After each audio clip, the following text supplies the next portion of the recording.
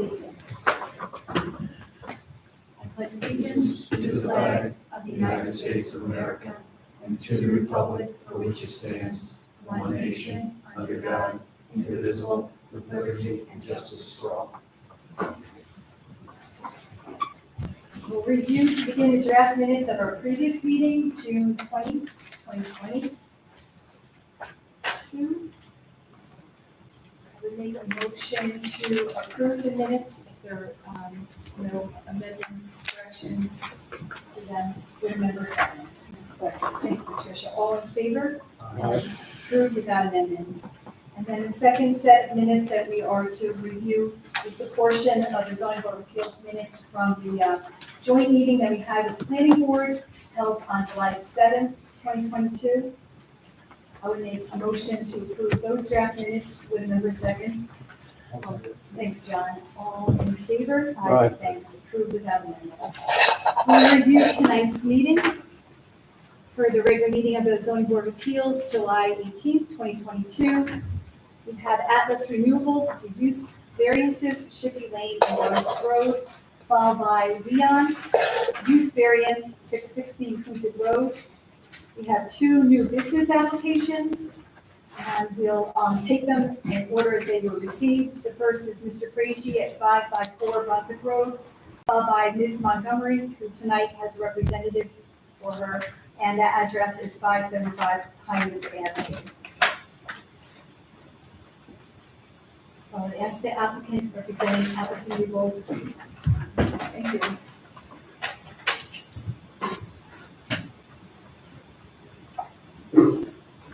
Thank you, Ms. Glenn. In the last zoning board meeting, you asked for a simulation. We promised that we get that simulation ready. We'll show you a general simulation. The purpose of today is to explain that similar to other projects, we cover all the area, and when the board has a specific road or lane or drive that they want to focus, we can easily make an additional simulation from that board. So today is a general presentation of the complete area to show the board that no, there is no visual impact, but if the board is interested in any specific area, please let us know. Thank you.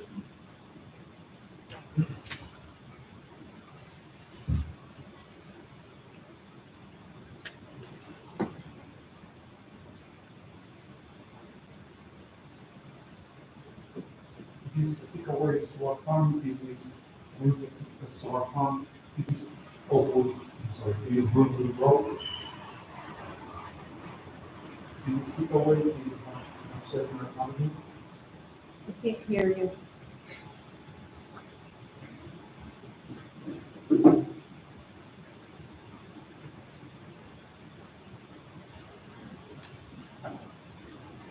This is McChesney Avenue, this is Sycamore Solar Farm, this is Brunswick Road, this is Brunswick Solar Farm. This is the golf course, and this is Brunswick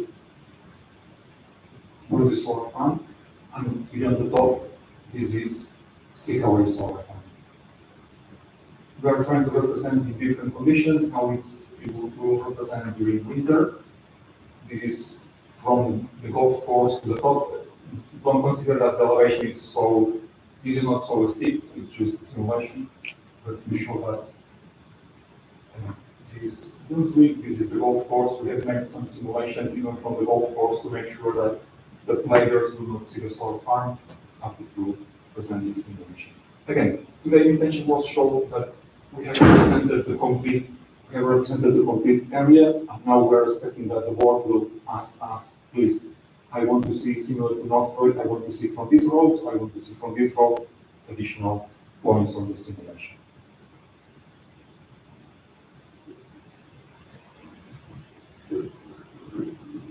Could you kind of tell us the orientation of the panels at each side, please? Yes.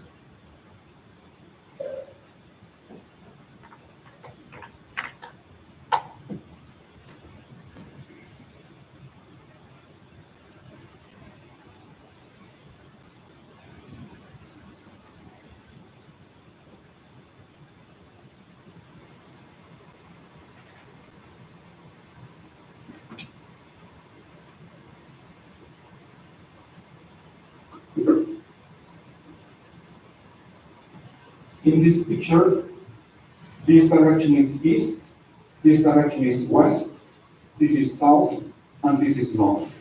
In both projects, this is a fixed structure, so this is from east to west. The models are following east to west in both projects.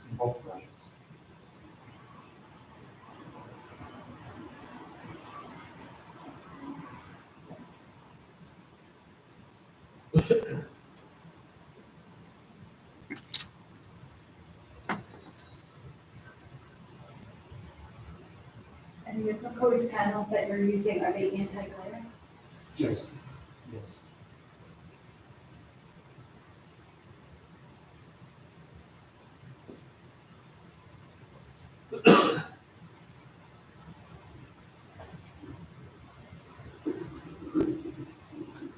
So from the topography and the elevation, which neighborhood would receive the greatest impact? Certainly Mr. George O'Connor, who is living approximately here. This is the neighbor who, from geography point of view, is closest to the solar farm. We have already been with this gentleman that will put here a kind of fence barrier to protect the visibility. We'll have also a trade he is using at this moment, part of this area as a kind of warehouse. His parcel is very limited. We'll not be using this corner here, so we'll kind of trade him. Okay, instead of using this area as a warehouse, you can install this area as a warehouse. So it's, from commercial point of view, it's okay with him. He has always expressed that if he was 20 years younger, he will be installing modules on top of his house. In principle, he's favorable and he has no concerns for this project. So he's not the owner of the land, he's just the closest neighbor. Is that correct? He's the owner of a very small piece of land where he has his house there. Yes, Mr. George O'Connor.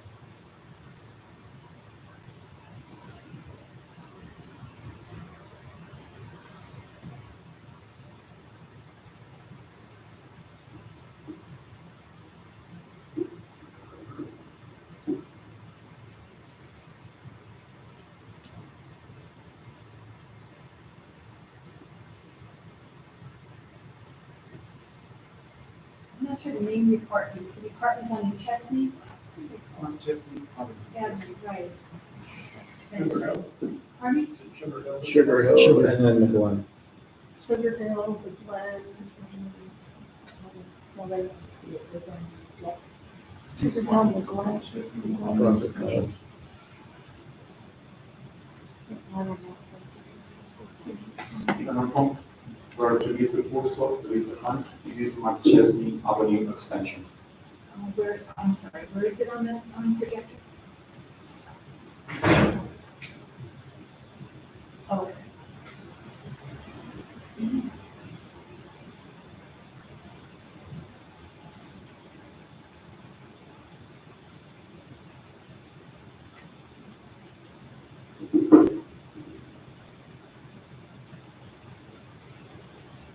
This is the Brunswick River, and this big impact, this is the national grid transmission line. This is not the public road.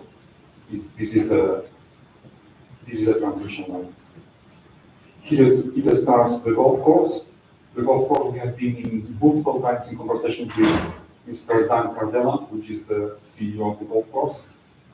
When we started and we didn't have completed the visual simulation, we asked him if he had some concerns. He was the first one to tell us, no, we will not see the solar farm from our golf course. He was a little bit offended that we were saying that, oh, there may be some impact. The results of the visual simulation has shown that he was completely right, and no. Even our main concern was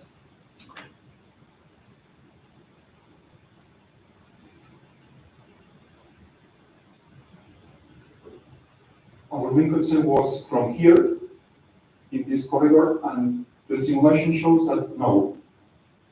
If we keep these trees, the golf course will not see the solar modules.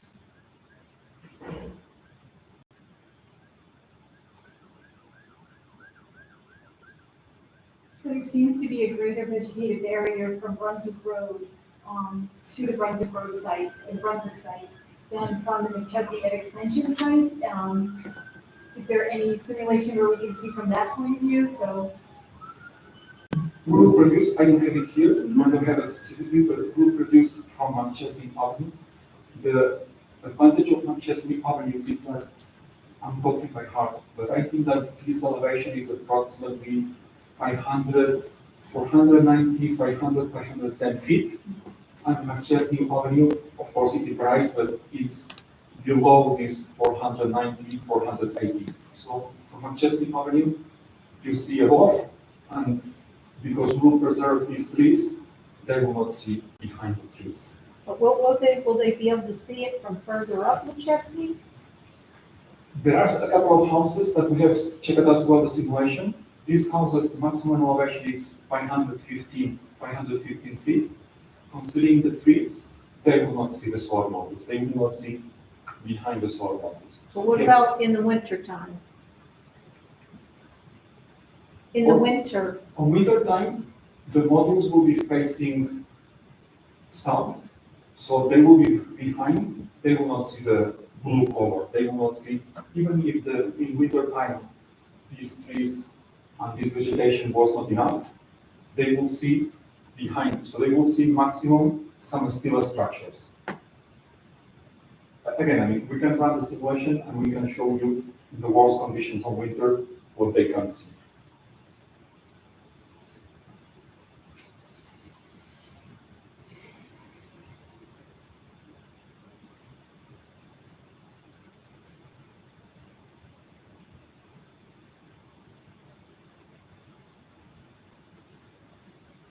so the land that's on the Brunswick site is completely forested like the lot, the parcel before it. I'm not familiar with the Shibby site. Is that forested similar to the surrounding area? Yes.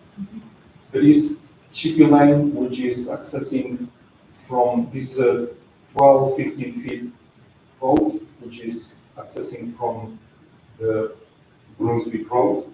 Recently, there has been some works on the bridge, and also National Grid was recollecting the poles. But all this area is forest, yes. And can you kind of refresh our memories of what the acre size of each project site is? Brunswick Solar Farm, the parcel in total is 24 acres, approximately, maybe 23.8, approximately 24 acres, or 24.3.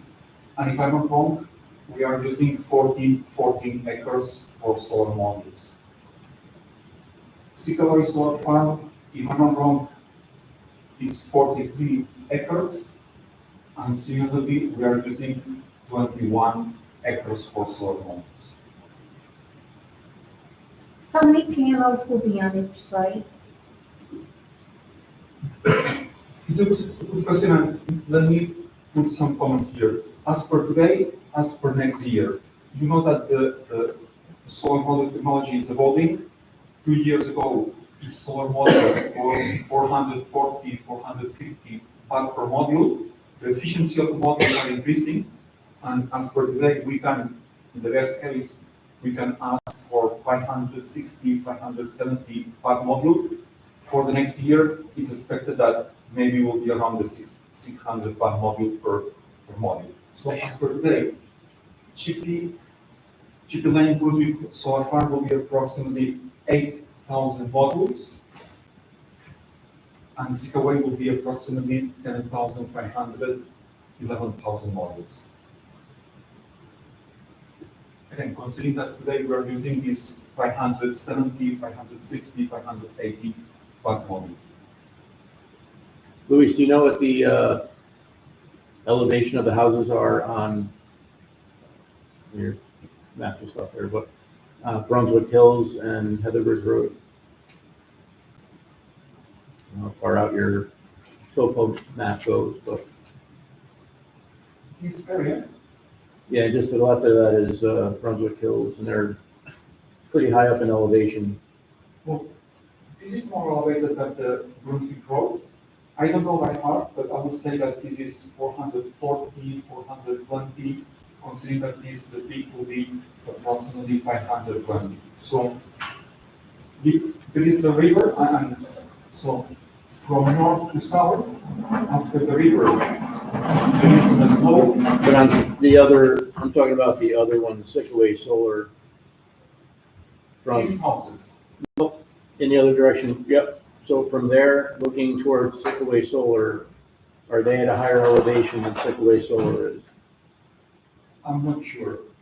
We have done all the simulations, but I would say, only for this, but I would say that this is lower than this simulation. It's lower than this simulation. I would say that it is approximately 470 to 80 below the foreground. The highest point is one of these houses, which was 515 feet. Of course, considering all this area, I'm sure that probably on the top of the mountain, it's higher than the houses. But considering the houses, the one which we considered more critical, I think this is one, it was 515 feet. Yeah, they're gonna come back with more information. If you could check the elevation of the residences on East Road in Brunswick Hills. 'Cause I have a feeling their elevation is pretty high and they're gonna see Sickaway Solar. Okay.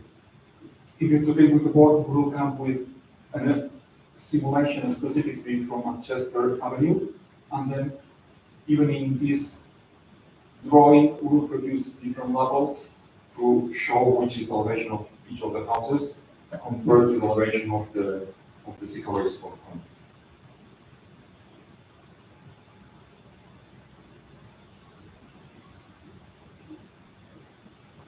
In current configuration, Luis, it just appears to me that you're gonna have a lot of shading.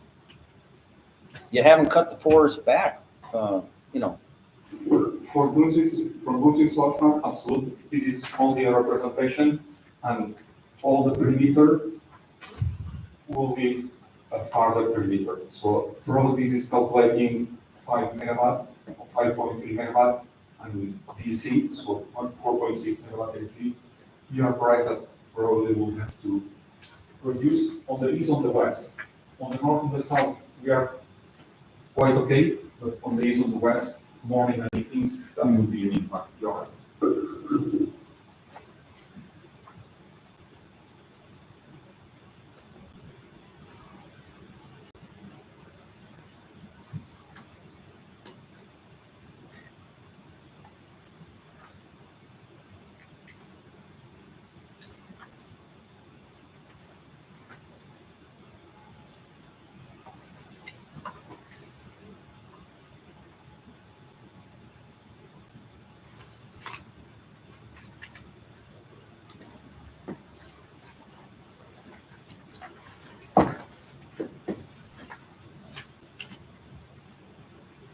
So I think we could give this a briefing where the voting policy is going. Yes. For Brunswick Solar Farm, the three-phase line is following Brunswick Road. So what we have to do with National Grid is that they will extend, currently there is a one-phase line connecting Brunswick with Mr. George O'Connor, and also there is a small house here. So National Grid will upgrade this line and will be connected here. Similar to all the projects, we'll need 4 to 6 poles, but differently from the other projects, these poles will be enclosed within the property, so it will not be visible from outside in this specific project. So let's say we'll be connected here. The boundary where starts National Grid responsibility and finish our responsibility will be approximately here, and National Grid will complete this approximately 2,000 feet of connection. For Sickaway,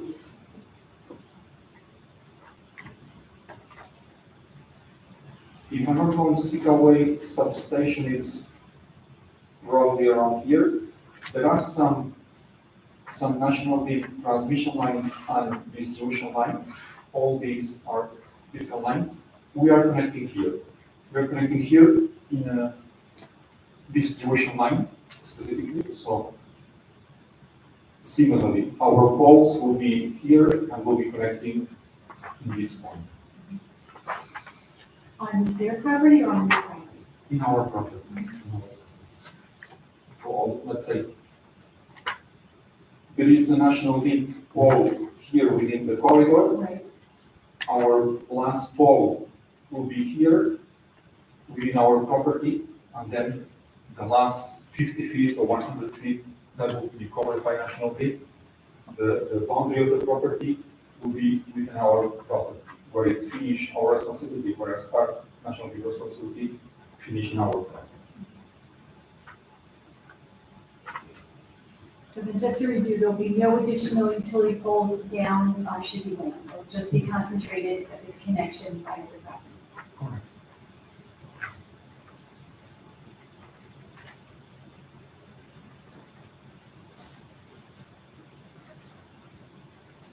So if these solar projects were approved, what is the guarantee that do you already have reserved room on the substations Yeah, at this point? I mean, they're holding a spot for you? Yes, it's a very good question. And on May 6th, in our response to, I think, Mr. LaBerge's questions, we were requested to provide the seasonal study and we were requested to provide the Form K, which is the signature of the agreement between us and National Grid. In that report, we were showing that we have paid 100% of each of the connections, and it's quite expensive. It's approximately $900,000 for Brunswick and $750,000 for Sikoway. We have paid 100%, and we have signed the Form K after the initial 25% pay. Yes, the connection is secure. Now the risk is on us to try to stop National Grid. We have already agreed with National Grid that, all right, we don't start construction, because if they start construction and this project does not approve, these $900,000, $750,000 are on risk. So National Grid is relatively flexible, and I need to say, compared to other utilities in New York, that they understand that, I don't know if the board is familiar, but when we receive the seasonal study result, then we have 90 business days to produce the initial 25% payment, and then we have another 120 days for the 75%, remaining 75% payment. Usually, I mean, things take longer than these 90 days plus 120 days, so it's not our case, it's the majority of the developers and projects that they need to talk with National Grid and ask, please, do not start construction. I understand that if you do not start construction, then the clock is not ticking, and when I ask you to start construction, you will tell me, all right, now I will take my 6 months, 8 months, 10 months, because you stopped me. But the risk of, let's say, if these projects fail, then we will ask for reconciliation with National Grid. It means that, okay, we have paid 1.6 million, how much they will return to us. This is a calculation that they have to do, considering that, all right, how many hours of engineering I have been using, how much equipment I have been already buying for this project, specifically for this project. So, back to your question, maybe I can explain the things that you were not asking, but yes, we have paid 100%. Yes, the position of the queue is secure. Yes, we have shown on the May 6th the close of the seasonal studies, the Form K that we already signed it. We have letters confirming that we have paid 100% of the interconnection cost. Thank you. So I have a question for you. There was a large fire at the East Greenbush substation. There was a large fire at the East Greenbush National Grid substation yesterday, and the whole area was without power. What does that do to the solar farm if it can't transmit the power to the substation? Does it shut itself off, or how does that work? This is an excellent question, and yes, it is. I mean, you can imagine the National Grid, as all the utilities in the world, they cover themselves, and yes, they have to mandatory from the state of New York, they have to buy your power, except for these major events, force majeure, where they don't buy the power. So if one of our solar projects were connected to this substation, and this substation suffers a fire, and they are for 6 months, for 1 year disconnected, then National Grid will not buy the power from our solar farm. I'm not sure, I'm not a lawyer, I'm not sure that probably NYSERDA is establishing a mechanism that, okay, you're awarded for 25 years period of buying electricity if for this force majeure, National Grid for 6 months, 12 months, has not been able to purchase your energy, it is possible that then these 25 years are extended in the same period of time that you have been delayed. This is my assumption, what we have seen in other states, and probably it's the case. Well, it wasn't out of service very long, but they're still gonna have to shut it back down again when they get parks, is my understanding. But it doesn't get transferred to another substation is my question, I guess. No, unfortunately not. Okay, Unfortunately. so once you're hooked to the one substation, that's pretty much it. You are connected to one feeder line, this feeder line is connected to the substation, you cannot change the branch where you're connecting to go to the trunk. Okay.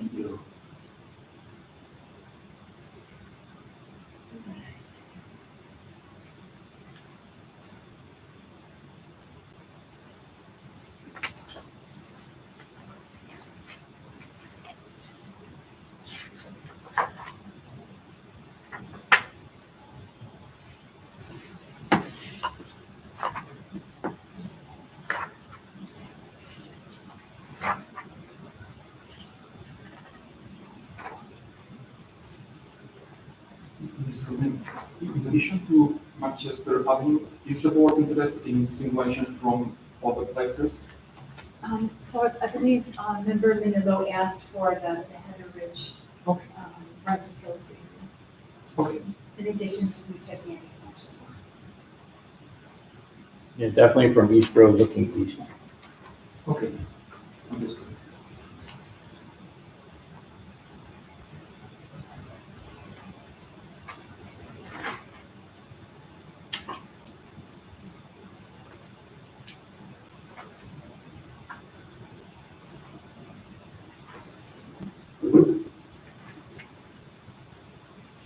So, excuse me, Mr. Magnolo? Yeah. You would like to receive some visualization, some simulation from here, also some simulation from here, and also a simulation from Brunswick Road. This is correct. Yeah, whatever the highest elevation of those homes are in East Road, I think is probably gonna be the highest elevation in the whole area. Okay. And like Chuck said, I know there's some shading there, but I think the further out you go in distance, because of their elevation, that's the Sickaway solar farm is what they might see. I don't think they'll see Shippey Lane because of the orientation. But I think the further out you go, because the other one's further away, and because of the height, they may see it. That's the only thing I want to see. In all different weather conditions, seasons.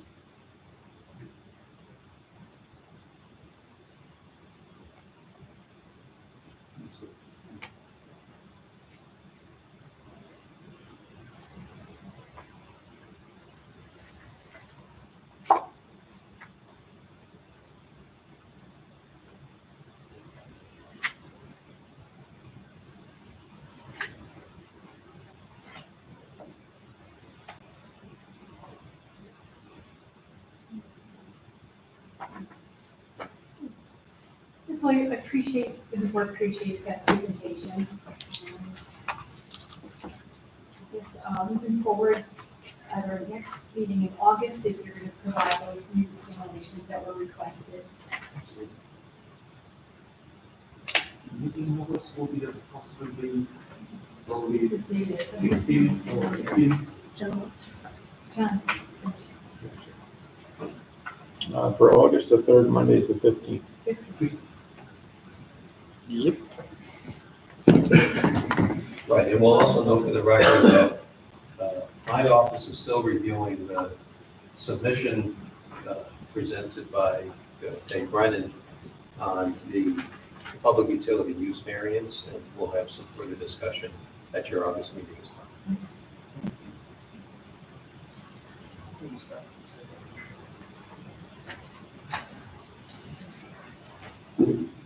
Good evening, ladies and gentlemen. Just very briefly to follow up with Mr. Gilchrist, is at the June meeting, we did submit some information that was requested about the public utility status of the project. And as Mr. Gilbert said, he hasn't had a chance to fully review it, so perfectly understandable. I'm in that position many times a month myself, so we can take that up at the August meeting, certainly.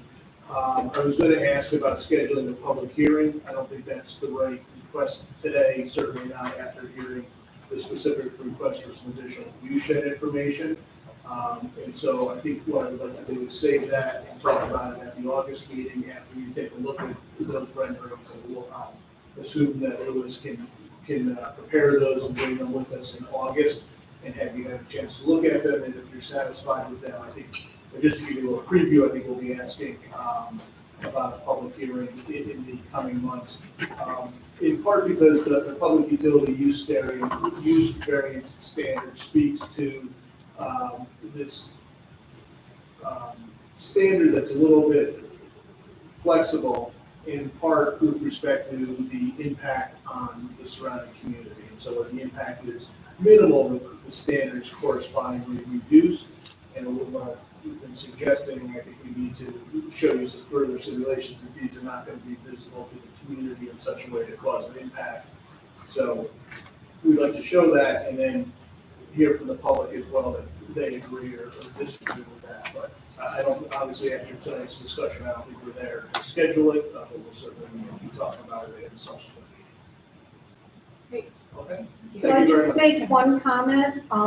When we had the public hearing on the other solar farm last week, the members of the public were not happy with the pictures that were shown. So if they could be clearer, bigger, better than they had the last time, that would be very helpful.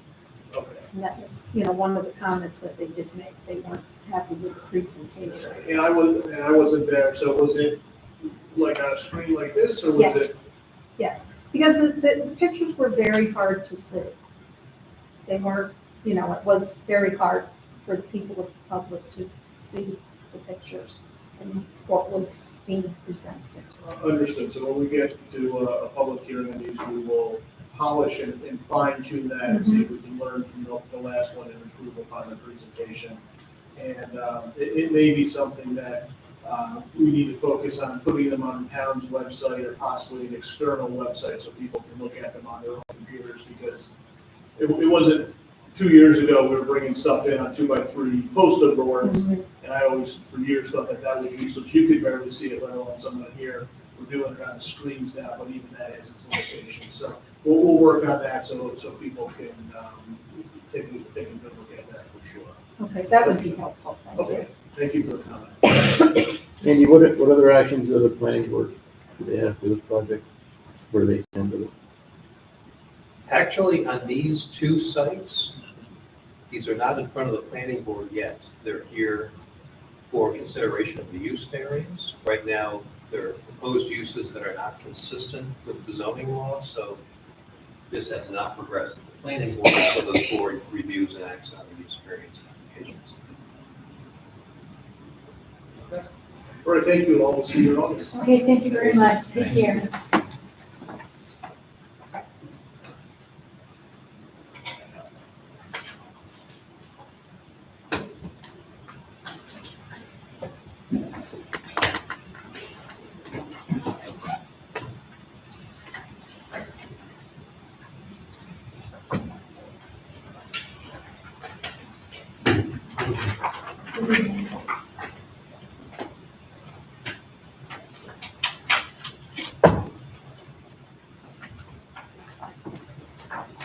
Okay, next up, we have the Young Development Project at 660 Acoustic Road.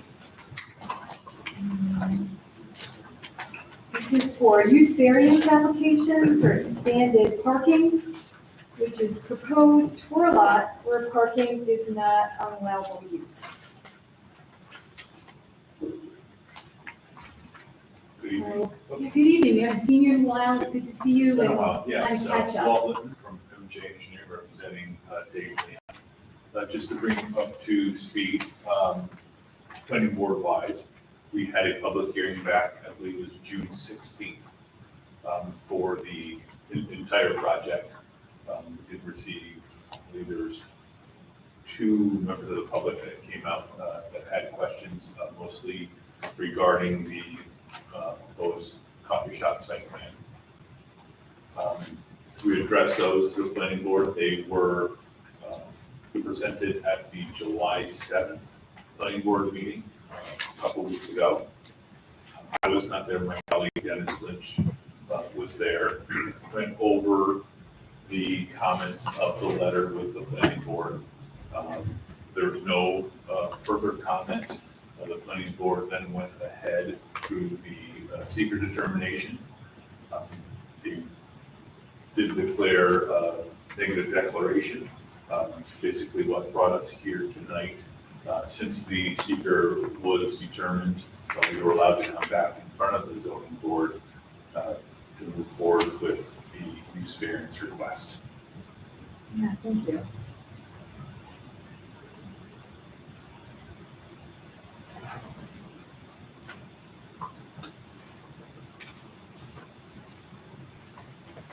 So this is a use variance request, as the applicant has explained. And we know that it's a stronger, more difficult standard to meet than, say, area variance, which we're very used to, such as the sheds, the utility poles. In the recent history, in the record of the zoning board of appeals, we've held this to a difficult standard, and I want to bring it back to the looping application, January 25th, 2021. It was a property located at 4112 New York State Route 2. It was looking for a variance, a use variance for the operation of a daycare facility. And the zoning board went to some great lengths in requesting proof that there was no other reasonable economic return that applicant could use other than the daycare facility. So this application is also seeking a use variance, but different from the variance that we saw for the Loopy application. Some of the use variance has already been determined by this board for the first part of the project. So we can kind of figure out how we're going to proceed. And in the first part of the project, the applicant did provide supplemental financial information to why they needed a use variance, which this board granted. So in a nutshell, we could use that information as already in record, or we could ask the applicant to provide supplemental information on the economic return and go through each use that's allowable in that zoning district. I said my piece. I'm going to ask Attorney Gilchrist to kind of polish up what I said. Actually, And kind of explain it. yep, actually, the chair did a very good job. So in general, one of the elements that the board has to consider on a use variance is that the applicant can show you through competent economic proof that the property cannot realize a reasonable, not maximum, a reasonable economic return for any of the uses allowable in the zoning district. And when this project was last in front of the board for consideration also of using property located in the R9 district for parking in conjunction with the current project, the applicant's attorneys did submit a memorandum addressing the economic proof uses allowable in the zoning district and the particulars for this project. I don't believe in this record on this particular application there's been a submittal on that, either repeating the submission or supplementing that.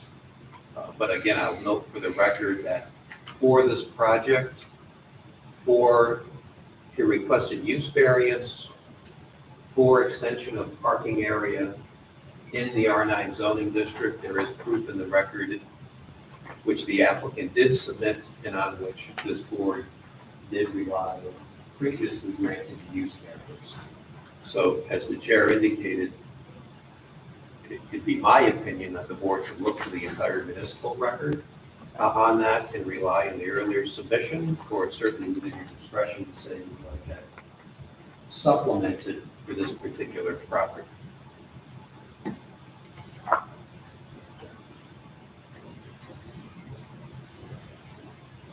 So saying all that, similar to an area variance, there's still standards that the board would go through.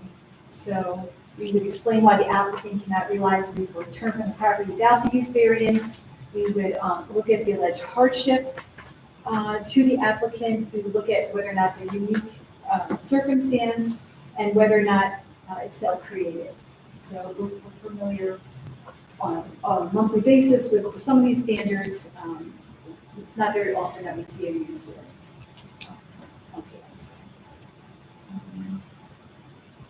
I personally don't feel that we need to ask them to submit additional information, that we can rely on the documentation that has been submitted previously. I mean, it would just be redundant. I can submit that same information. Yeah, I would agree with that school of thought. If there are any other members that, Yeah, I think that's reasonable. I mean, this piece of property is obviously useless for anything else right now. okay.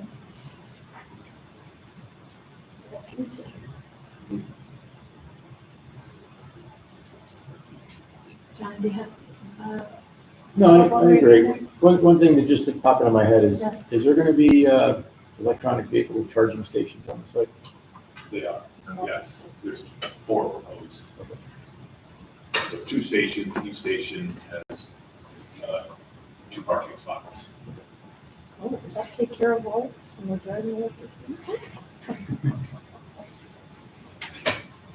We're gonna be cord to a power solar farm. So, I'm sorry. No. No, okay, yeah. So it seems like this is the way that it will go. So noting that, then we can go through the standards. Correct. And there are 4 of them. And the first explain why the applicant cannot realize a reasonable return from the property without the use variance, as demonstrated by the competent financial evidence that we're relying on that was previously submitted. It's 1/10 of an acre. And it's in an R, what is it, R9 zone? Yeah. It's not big enough to do in an R9 zone. So.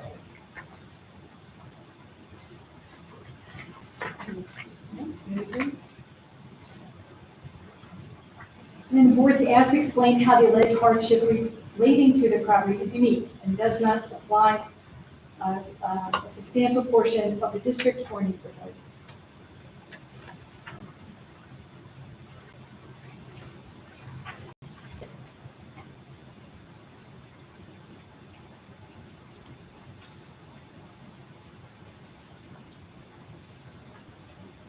Well, here I would suggest to the board as well, the size of the parcel is really one of the most important factors in that most of the parcels otherwise in the R9 zoning district are of adequate size to pursue a use allowable in the zoning district. This is, as John said, otherwise useless. So size of the parcels are relevant factor. Then we're asked to describe why granting the requested use variance will not alter the essential character of the neighborhood. Well, it's already a parking lot all around it, so we should just really have another lot. Right. And then lastly, we're asked to explain whether the alleged hardship has been self-created.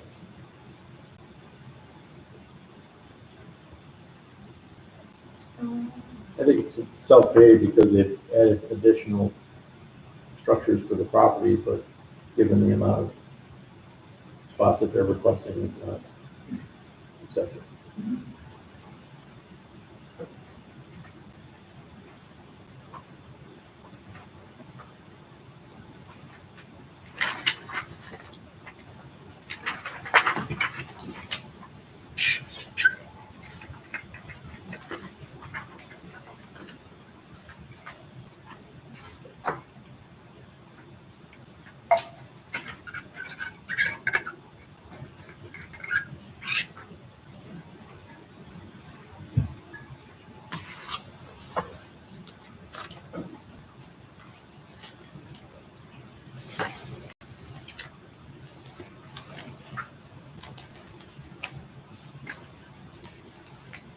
so we can, I guess, move to the motion on this. You can, and one of the things to consider is if the board would consider imposing any conditions on use variance, certainly it's within your jurisdiction to impose reasonable conditions on use variance. I'll note on the record that you did have conditions that were applicable to the prior use variance. Maybe Walt can review kind of where the parking is proposed in relation to existing vegetation. My recollection is one of the earlier conditions was maintenance of a vegetative buffer to remaining residences within the R1 zone. Can you Yes. show that on the map? So this green area will still be a buffer. This area all in through here actually sits lower, about 15 to 18 feet. I believe this is like 435, this comes up to 450, wraps around. And then towards the tail end here, then it starts dropping off here. So the landscaping that was originally proposed is just being, new landscaping is pushed out. And if you remember, things have changed a little bit. Originally, there was a stormwater basin down in this area. We were in front of the planning board for a site plan amendment to eliminate that one, and everything was reconfigured. And the one in the back was enlarged to get rid of that. So all this area here can remain as is and not cleared for a stormwater management area. Is there still one behind the Planet Fitness? That one is being eliminated, Okay, because that, one of my maps Yeah. shows that there was still one there. and then it's actually off the map. It all comes down to here, and there's a bigger basin in the back. You know, one thing I had suggested, I think the last time this proposal came in front was a little more signage that can direct the pedestrians around the There's property pedestrian, and signage at the crosswalks to let them know. Also, is there a, so going around the back of Planet Fitness looks like it's a one-way because of the angled parking. So will there be a sign coming like say from the Aldi side that it's one way? Or is that, yes, there's one Right here there. and one here. There's do not enter signs on both sides. You got pavement arrows too, don't you, Walt? Excuse me? Pavement arrows as well, don't you? that's what Yes. caught my eye was,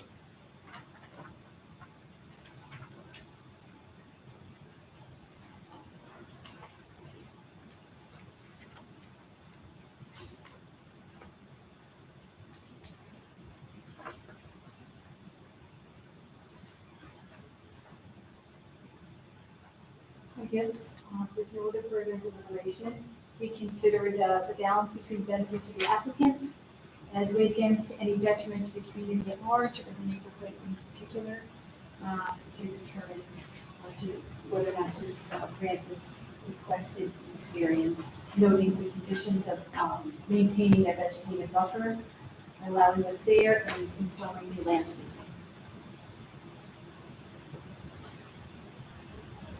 I make a motion that we approve the use variance, with the two conditions noted. I'll second that. Thank you, John. All in favor? Aye. This variance is granted. Thank you. Yeah, thank you very much. Good luck with the project.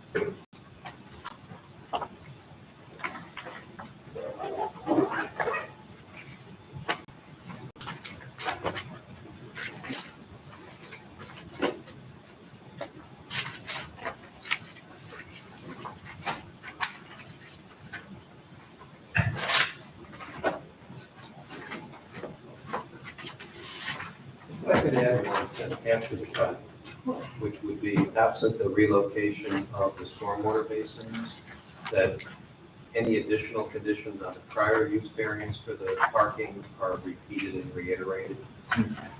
Okay. And with that, if we could add that after the fact, is that okay with the board? Yes. Just want to make sure that the Yes. prior conditions, the current one does not obviate the prior conditions. Yes. Okay. All right, thank you, good night.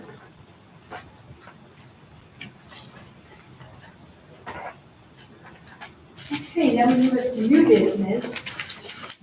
First application of number 2, Mr. Frazy, 554 Brunswick Road. Mr. Frazy, I'm going to ask you to come up, give us a little overview of your project. If the board members have any questions at this time, we'll ask that of you. Other than that, we'll see if the application is complete for the purpose of holding a public hearing, and that would happen in August. But we would ask you to come back, and it's the 15th, it's the third Monday in August, it would be the 15th, and we would ask you to come back then. But for now, if you could kindly give us a brief overview of your project, please. My name is Edward Frazy. I'm here to explain the variance request that's needed to put a shed next to the existing garage on my property. The first thing I would like to correct on this is on the first page of this packet that I filled out, each one of you has a copy of it. The setback for the front on your copy has less than 1 foot. It's actually 12 feet because I was told by Charles just today that that's a non-deeded road, so apparently that affects the setback. The size of the shed is a little bit smaller than the existing garage that's there. The size is going to be 16 by 20. This.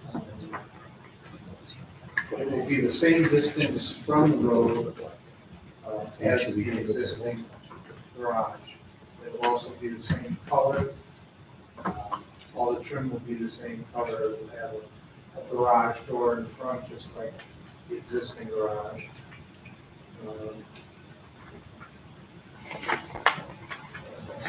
Oh, there was another thing I wanted to talk about, and that was the reason for the variance. Whether it's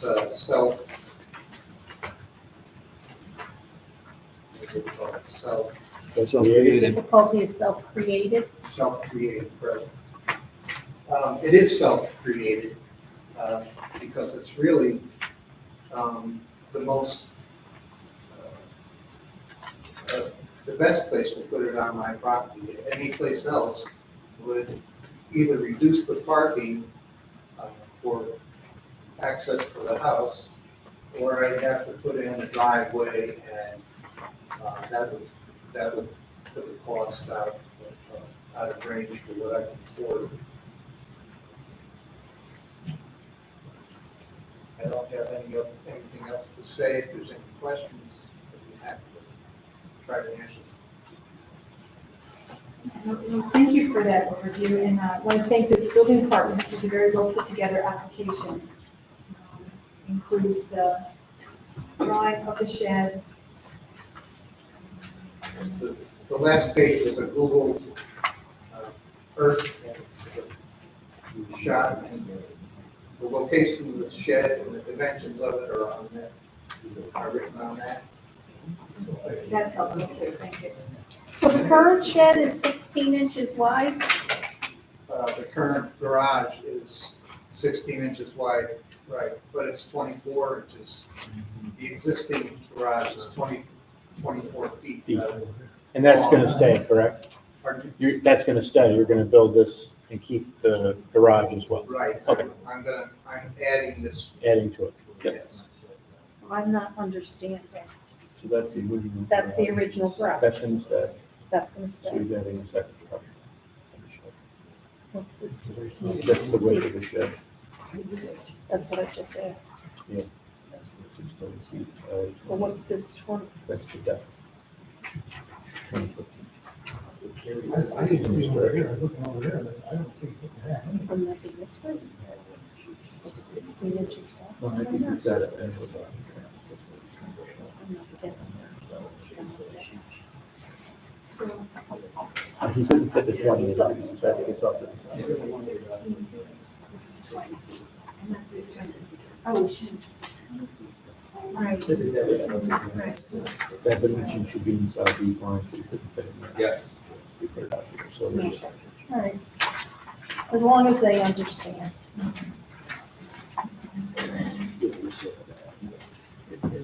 That's this line right here, which we won't go by, because it's, goes right to the. Great, well, thank you. Right, so what we'll do is we'll put this on the agenda for our meeting in August, which is the 15th. And it'll be at 6 o'clock and we'll have a public hearing. So all the neighbors within 300 feet of your house at the project site will be notified of the public hearing and they'll have the opportunity to speak for or against it. And then we'll kind of go through the standards that the board has for experience, which this is. And similar to what we just did with the Leon project, we'll deliberate, take action, vote, and if you have any questions in the meantime, you can continue to work with the building department. Okay, I do have a question. Assuming that, or hoping that everything is in order Right. and it's approved, about when would I get a building permit? So it would be the following day, right? Is that right, Chuck? After the meeting in August? Once we put the permit in, yeah. This is a pre-built shed? Yes. Well, it's pre-built, prefabricated, but they assembled it on the site. Okay, so it's a partition phase. So we just need the insurance information of the contractor. We can't give a permit without the insurance I think information. that's submitted. So if you've submitted all that, we should be in good shape, but I will check on that for you, It's- where we are with that. The reason I ask is, so they can schedule, the shed builders can schedule their, when they're gonna come and put it up. So, I thought you had them scheduled for August 16th. what's that? Thank you very much. Okay, thank you. Yeah, good Good night. night. Oh, Mr. Freak, I've got one question to ask you before you help go. Do you give permission to the zoning board members to come out and see the site? Is that okay to come and take a look? Okay. Yeah. You get a better understanding that way. Okay. Thank you. Thank you. Okay, Mr. Montgomery, you're up.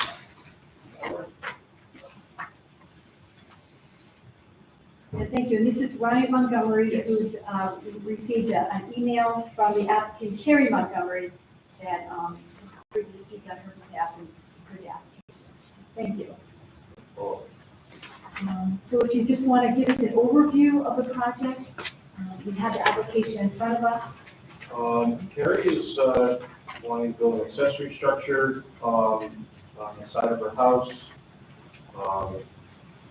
Here's the structure, puts it in, just the way the house is situated, puts it in the front corner of the building, ends up in front of the house.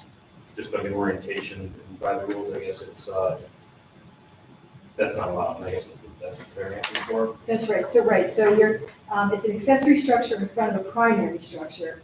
And like you said, just by the orientation of the house, it looked like the builder is trying to maximize, I guess, that back view. Yes. So if the house is not perpendicular to the road, but not parallel, I mean, it's not parallel to the road, it's almost perpendicular. And it looks like it's just to kind of maximize that view. Correct. And that's why you kind of have this funny orientation. Correct, because it's also behind other houses as well. I see that. So I guess there was just one question that, just to confirm that the setback is from the property line and not the driveway frontage. I think that's, That's what we're I measuring. think that's the issue. Okay. And the proposed setbacks, back of the packet there, it ends up being like 42 feet, Right, okay, yeah. but it's hundreds of feet from the road. Yes, right. Because you are, there's kind of, in that feral development, where it's kind of like behind the first row of houses that are closest to Pine Woods.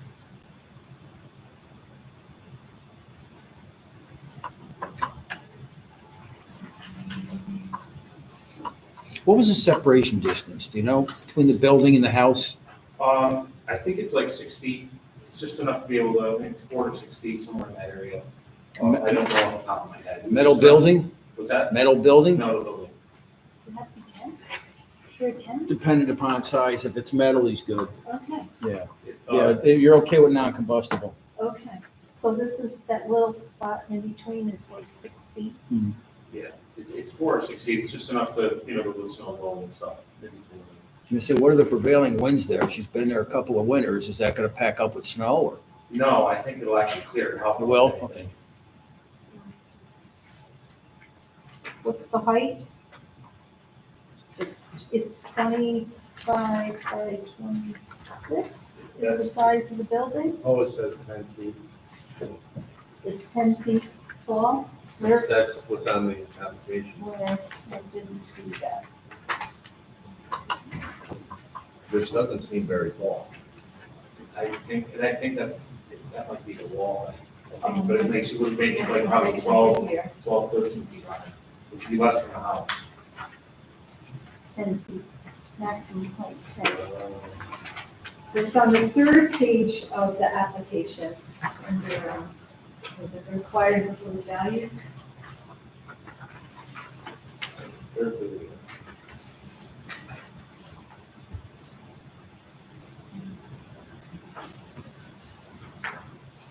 Has a grid like this at the top. Yeah, they're not numbered, so it's what makes it difficult, sorry.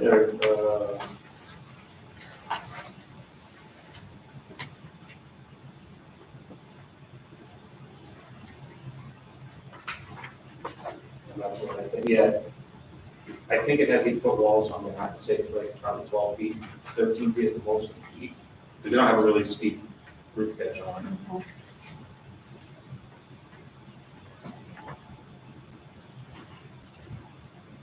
This is one of the package buildings from like Joe's Cycle Exactly. Shop, And I think it's actually where she's looking at, is Joe's Cycle Shop. best prices around. Yeah, Up on Route 7? I can get that number for what style it is. I can definitely get the exact height. Thanks, John. I didn't know that wasn't there. Otherwise, the application looks complete for holding a public hearing. So like that, we would meet again in August, August 15th.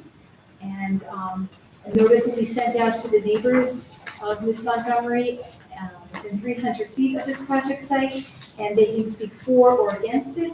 And then the board members will consider what is said by the public. We'll have our own questions by then, because we'll review this application. And we'll look at the standards for an area variance, deliberate, and vote similar to what we did before. And if you have any questions between now and August 15th, you can talk to Chuck or Wendy at the building department. and I'll have her find out exactly what the Yeah. height is at that too. 'Cause I'm not sure, there was 2 manufacturers that she was looking for. There was the, I know she did talk to change the Joe. extension. If you call this extension, it tells you the town hall's closed. Wish that was true. And 2 things, Mr. Montgomery, before you go. So it'll be at 6:15, the public hearing. That's And, at August 15th. right, it's a Monday night. And like I asked Mr. Frazier, do you give permission, or Ms. Montgomery give permission to come and look at the site? Is that Yes. okay? All right, great. Thank you very much.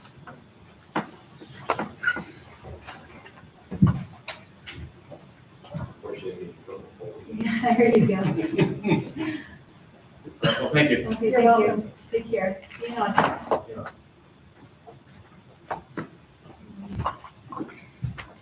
Does anyone else have any other new business items? I do.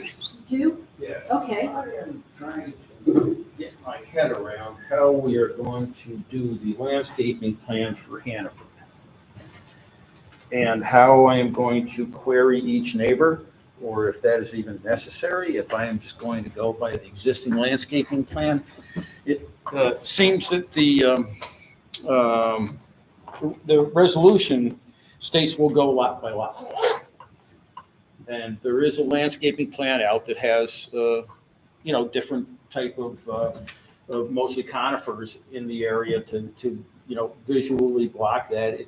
They seem all deer resistant and of decent quality, but it seems that if they want to have a fence, that is up to the homeowners. So I don't know how it's going to look if one homeowner decides to put a section of fence up and the other doesn't. And whether the fence will be located on the back side of the trees or the front side of the trees. Front side of the trees would make it a little hard to maintain the trees for the company, but I was just looking for inputs on how to do that. Mr. Littman just asked me the past couple of months. I've been in conference with Wayne, and I don't know, is it something to do with the public hearing? Say there's going to be plantings in their backyard, if you would like to review them. Do we simply put the plantings up and wait for feedback? I'm not certain. Well, they're not gonna be planted on their property though, are they? No, it will be planted on the Hannaford On the property, that's Hannaford correct. property Yes, for them to maintain. correct. But we did give them the option, I believe, for both trees and a fence at the homeowner's discretion. That's where we left it, yeah. Yeah, But I don't think we gave any guidance about where the fence or trees would be located ahead of each other or. Right. I have the landscaping plan that just shows the trees and no fence. So, do you think you should query each homeowner along that road? I think that was our intention, that, did we come up with that condition, or were we signing on to? It was planning board? it was a joint meeting with the planning and zoning together, so. Well, that Andy and myself, we're both in agreement about the fence and trees. And as I understand it, it would be an individual decision. I mentioned the fence because the trees are the barrier to me, but to me, the fence is the people barrier. That's why I brought up the fence. Yeah. Like protected there. Correct. If there are people that were Safety. walking or whatever, not cutting through their property with a fence, they could actually walk through the trees, but Right. that was my thought, was the fence would deter any type of walking traffic between the properties. They'll need a boat, but Oh, that's my concern. I mean, there's going to be times of the year that you're going to have large bodies of water. So that's another thing. That Wayne Bonesteel was not particularly fond of the idea of fencing the retention pond areas because that just gets more of an excuse for lack of maintenance on those. To having to clean up along the fence line and everything, and having debris blow up against them. So that's kind of where I'm at. Now, is that a safety concern, whether or not to fence in that, the basin? No, evidently not for ponds such as that, retention ponds. Okay. Some, there are, in some cases they do them, in other cases they don't. Wayne was not particularly fond of doing it here. Oh, and one thing I did ask for, again, because on this latest drawing that we got, it did not have the railing going all the way down Lord Avenue, but that's a must to have that all the way down there, because the way of that pitch is, they did not keep any trees or anything up there.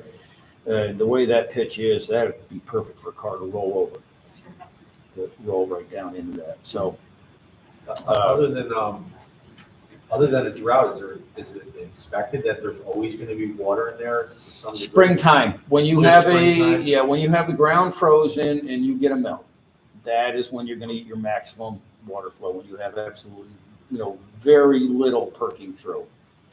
I mean, there are 3 10,000-gallon holding tanks underneath that main pond, that very first pond. So you've got another 30,000 gallons of capacity you don't even see. And then what's in that body of water going to the next one, to the next one. they had a lot of problems with water when they were starting to build it. Yes, yep, yeah, when it was first started. It was flooded. I think asking the neighborhood would be a good thing because there's already been a lot of, I don't want it here. And this will make them feel like they're part of, the last touches of, trees, Mhm. fencing. And So do I put that out in the manner of, this is the proposed plan? Do you like it? I know what they're gonna say is, well, what's that tree look like? What's that tree look like? There's some of the stuff that I didn't recognize myself, look up. Well, if we don't do anything, there's a lot of people that were at that public hearing expecting you to get a hold of them and ask them what they want a fence or not. Yeah. We've got to do something. It might be in their best interest to kind of guide them to the fact that if one neighbor gets a fence, the other one might be better off having one versus seeing fence, no fence, fence, you know. Yeah, Or And that's good. they kind of do it in concert with each other, or at least for a couple Well, properties if you, together. but now have you identified the type of fence that would go up? That, yeah. that's a good my assumption is it would be a chain link fence, but that has not been A identified. chain link fence? That would be my guess. And it's gonna be, That's not gonna do anything for visibility. be purchased, installed by Hanford? Yeah, I on- think on I their would property. identify what type of fence is going in. Yeah, because. And I would also identify what trees, what type of trees, because I don't, If I can have Walt dig up pictures of what the trees look like summer and winter. if summer somebody and said to fall or me, something we'll like put that. up a fence for you to reduce the impact of this major building going in, You and don't then want- they put up a chain link fence. You don't want something you can see through, right? You want an No. evergreen that's gonna be leafy all year. I want like a stockade fence, Yeah, I'm picturing like a nice. like a white vinyl Tall. fence. So I wouldn't give them a lot of options because that's gonna That's just, what I'm scared of. that'll Yeah. drive you nuts. This But- just blowing But up. I think if you have a couple, if you have a fence style, this is what we're proposing for a fence. And then this is what we're proposing for trees. Do you want trees? Do you want a fence? Do you want a fence and trees? What do you want? Yeah, just kind of say the like, trees like will be we're put ordering on- Chinese. Trees will be put on Hanfords and they will be maintaining the trees. Are we still on record here? Oh, yeah. So you would have them come to your office, you would I send think out I would do a email? mailing Mailing, and have them okay. return. The mailing, I think, would be the most time effective for me Right. with those options. I think You know? something in writing back from the homeowner is probably a good idea. Yeah, get something back in writing what they're looking for you to do. And would you do like a return receipt, or what is that when they have to sign, or they That's have a to good do a question. little, Yeah. What is it, like receipt return? 15, you're talking about 15 houses or so? I don't even know how many houses, because it's just the ones I think that that's- border the property, right? Right. that's Right. They what I'm got the talking about. Lord Ave side, and then you got the side that's behind Ross. Lord Ave side will have no vegetation or anything. Okay. No, so they have, it's they have, just- well, they have water feed Behind property. Roxy's. Yeah, it was only the houses on. So it's probably maybe 12, 15 at the most. At the Yeah. most. I doubt too many people are gonna say, no, I don't want a fence between me and Walton. Yeah, Hannaford. I agree. Anybody who doesn't say anything, I would say, fence up. You may be surprised. Yes, that's all. Yes, you reach out and start asking people what they want. I'm thinking, yeah, Discuss it, you're gonna get, if there's 15 houses, you're getting 15 different answers. that's why I'm saying we've got to limit the selection. Yeah, That's gonna happen. Well, make it yes or no. There's nothing on Some are Leonard. gonna say There's yes no to houses a on Leonard fence, that we. some are gonna say, this is the type of fence. Some are gonna say, I want the fence on my side with the vegetation on the other side. Some are gonna wanna say, I want the vegetation on my side with the fence on the other side. Yeah, And it's gonna look, a hodgepodge, that's what I'm well, scared that's of. why you have to set up the standards. It's this type of fence. Vegetation will be on Hanford side. If you want trees, these are the type of trees we're gonna put in, and that's it. So, because if you leave it open, yeah. Yeah.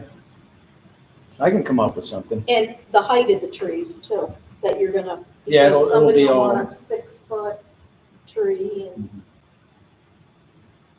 But speaking of the Lord Avenue side, one thing that I'm wondering is how much noise is gonna come out of the RTUs, the rooftop units, because they're just about level with the rooftop and Lord Avenue. I mean, you got quite a bit of distance, but I think about that when I'm in Goodman, I can hear Price Shoppers pretty loud. on Goodman. Yeah.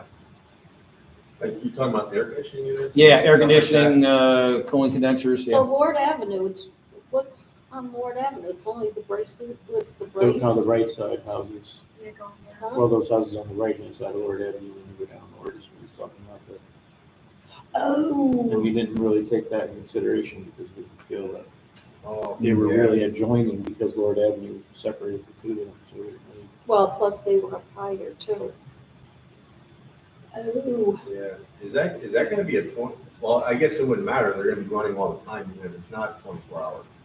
Right, you gotta keep the material cool. Yeah, So whether they're maybe open or not. sitting on the deck, Mhm. maybe hearing other than, If those complaints happen, we'll have to address them with, acoustic coverings.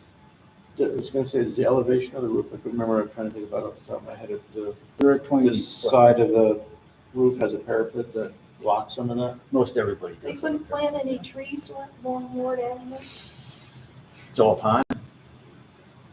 It's an aqueduct, it's not a pond, that thing is crazy on that side. Yeah, and that's got the three dry wells underneath it. Yeah. So, Walk through those pipes. Oh, yeah. Humongous. Yeah. We'll have people So I don't know if we walking gave you any definitive Oh, answer gosh, there. yeah, no, I mean. We did our you best to brought up- sidestep it. I think we're both on the same page in that we just can't leave it wide open. We have to limit choices. And, and I mean, those choices are gonna be limited by what Walt wants to offer. Walt Whitman. I mean, he's given us this plan. Somebody may come back and say, well, gosh, no, I wanted a blue spruce. And I'm sorry, that's not one of the selections. But if you have Yeah, I enough- think you're on the right page of this is the trees, they're gonna offer, narrow it down to a tree or two selection and the fence selection, and your choice is one or the other or both, and that's it. Mhm. And I commend you for wanting to do that. But I would suggest that a chain link fence will not cut it. See, I was thinking of the safety aspect of it. I Right, wasn't yeah. thinking about that, but you're right. But the reason It's for the just- fence you was want a for the privacy fence. visibility, yeah. That's all I got. But thank you for that. Thank you. We see a need to perhaps have another workshop to kind of go over the Shippey and Brunswick Road projects, to kind of like where we're at. It would just be to increase our knowledge, to get a better handle on them. Are you gonna get information back from Andy before the next meeting? He's Well, got the information. Yeah. They will be submitting to you some additional visual simulations. I'll get through the public utility use variance memo submitted by Mr. Brown. And if you're inclined to get together before the 6 o'clock meeting at 5:30, I would suggest that be in the nature of a private session with me to go through Dave's legal summary. And if that's agreeable, we can simply have a private session at 5:30. That'd be helpful. I think you breaking down that memo for us would be very helpful. We'll go on a thing when we're up there. Yes, okay.